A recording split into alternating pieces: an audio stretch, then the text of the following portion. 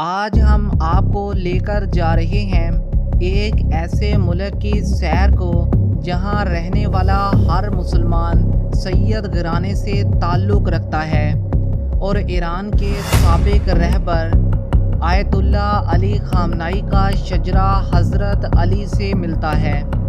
Ayatollah Ali ख़ामनाई हज़रत अली की किस औलाद में से हैं, आज आप इस वीडियो में जान सकेंगे। ईरान दुनिया का अमीर तरीन मुल्क समझा जाता है, लेकिन इसकी करेंसी फिर दुनिया की कमज़ोर तरीन करेंसी क्यों है? ईरान में अगर आप पाकिस्तानी 20 से 30 हज़ार रुपये लेकर जाते हैं तो आप ईरान में करोड़पति बन सकते हैं। ईरान एक जानब इस्लाम के बहुत करीब है तो वहीं पर रात को ईरान में नाइट पार्टियाँ मगरबी ममालिक से भी ज़्यादा होती हैं और जितनी बेहयाई ईरान में है इतनी शायद यूरोप में भी ना हो। सारा ईरान ऐसा नहीं है। ईरान में एक जानब सैयद घराने से ताल्लुक़ रखने वाले सच्चे मुसलमान मौजूद हैं तो वहीं पर ईरान एक ऐसा मुल्क है जहां पर इसराइल के बाद सबसे ज़्यादा यहूदी आबाद हैं और इन यहूदियों को रहने के लिए तमाम आज़ादाना सहूलियात भी दी गई हैं। और आप जानकर ये भी हैरान रह जाएंगे कि ईरान में रहने वाले यहूदी भी इसराइल को तस्लीम नहीं करते। आपने हज़रत ज़ुल्करनैन के बारे में तो ज़रूर सुन रखा होगा। याजूज माजूज को कैद करने वाली दीवार भी ईरान में मौजूद है और ईरान एक ऐसा मुकाम भी है जहां पर पहुंचने के बाद आपको ऐसा लगता है कि आप मरीख पर आ चुके हैं।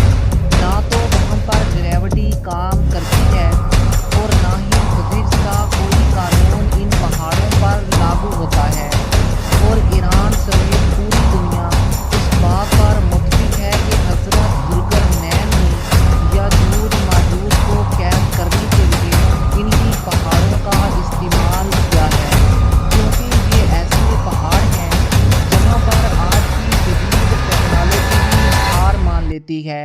इन पहाड़ों को ना तो किसी भी मशीन के ज़रिए तोड़ा जा सकता है और ना ही इन पहाड़ों में जदीद टेक्नोलॉजी का इस्तेमाल करके कोई सड़क तक भी बनाई जा सकती है। बड़े बड़े साइंसदान भी ये मान चुके हैं कि ये पहाड़ हमारी इस दुनिया के नहीं हैं, बल्कि ऐसी दुनिया से ये पहाड़ आए हैं जो हमारी कायनात से हज़ारों साल आगे है।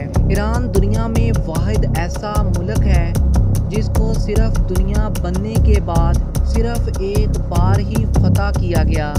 ईरान को जब रसूल पाक सल्लल्लाहु अलैहि वसल्लम ने खत भेजा तो उस वक़्त के ईरान के बादशाह ने खत नबवी फाड़ दिया था, जिसके बाद हज़रत उमर ने बहुत बड़ा लश्कर तैयार किया और ईरान को अल्लाह की मदद के साथ फतह किया।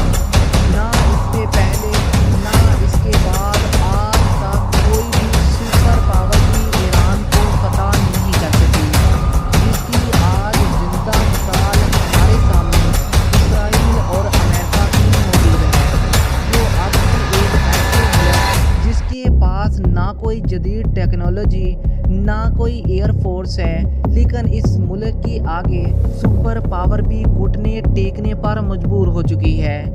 मीडिया पर आपको ईरान के बारे में कभी सच नहीं बताया जाता और कहा जाता है कि ईरान में आज़ादी नहीं, ईरान में छोटी छोटी बात पर कत्लो गारत की जाती है, लेकिन हकीकत इससे बहुत मुख्तलिफ है। तो चलिए आइए चलते हैं आज के इस ईरान के बारे में जानते हैं, जहां पर आपको यूरोप से ज़्यादा तरक्की और मगरब से ज़्यादा तालीम याफ्ता शख्सियात मिलती हैं।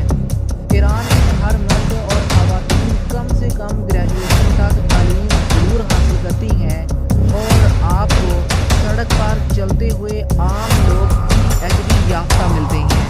ईरान का पूरा नाम इस्लामी रिपब्लिक ऑफ ईरान है। ईरान ही वो वाहिद इस्लामी मुल्क है जिसने हाल ही में तारीख के तमाम रिकॉर्ड तोड़ दिए।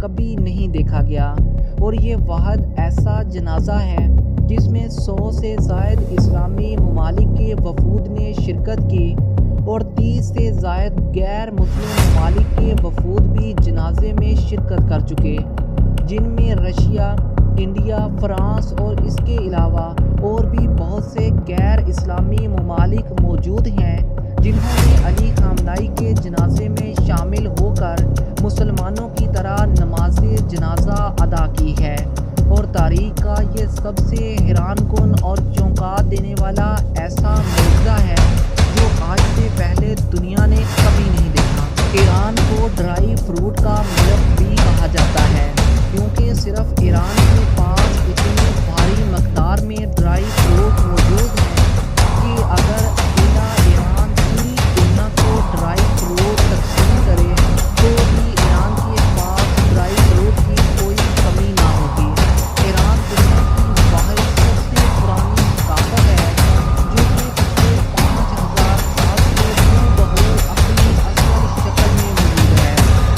ایران دنیا کا سب سے سستا ترین ملک ہے جہاں پر $1 کو لاکھوں روپے میں تبدیل کر سکتے ہیں۔ ایران جس پر پچھلے 34 سال سے بہت پابندیاں لگی ہوئی ہیں، لیکن اس کے باوجود بھی ایران کو نہ تو کھانے پینے کی کوئی کمی ہوئی ہے اور نہ ہی ایران کی معیشت کو کوئی نقصان پہنچا۔ ایران ایک مکمل طور پر اسلامی ملک ہے جہاں پر آپ کو اسلامی قانون دیکھنے کو ملتا ہے۔ ایران کی کرنسی ایرانی ریال کہلاتے ہیں، جہاں پر ایران کے عظیم رہبر کی تصویر بھی موجود ہوتی ہے۔ ایران رقبے کے لحاظ سے دنیا کا 11واں بڑا ملک کہلاتا ہے۔ اگر آپ پاکستان میں ایک غربت کی زندگی گزارنے پر مجبور ہیں اور آپ کروڑ پتی بننا چاہتے ہیں تو آپ کے پاس ایک سنہری موقع موجود ہے۔ اگر آپ ایک مزدور یا ایک بلڈر بھی ہیں اور آپ کی ماہانہ تنخواہ 20 سے 30 ہزار روپے ہے تو آپ ایران میں کروڑ پتی یا ارب پتی بن سکتے ہیں۔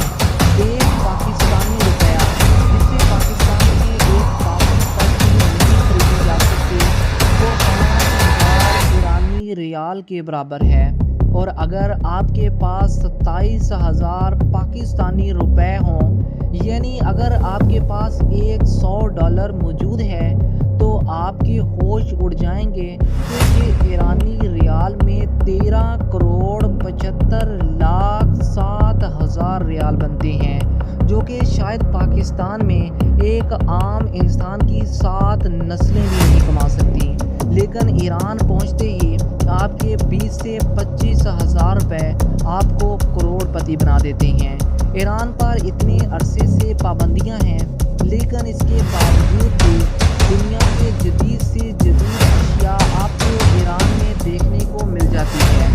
اللہ پاک نے ایران کو ایک ایسی طاقت دی ہے کہ ایران کے لوگ ذہین بھی ہیں اور ضرورت کی کھانے پینے کی تقریباً ہر چیز ایران میں قدرتی طور پر پائی جاتی ہے۔ ایران کے پاس دنیا کے ٹوٹل تیل کا 57% ہے۔ یہی وجہ ہے کہ امریکہ بھی ایران کے تیل پر نظر رکھے ہوئے ہے اور پوری دنیا بھی ایران کے ساتھ تیل پر ڈیل کرنا چاہتی ہے۔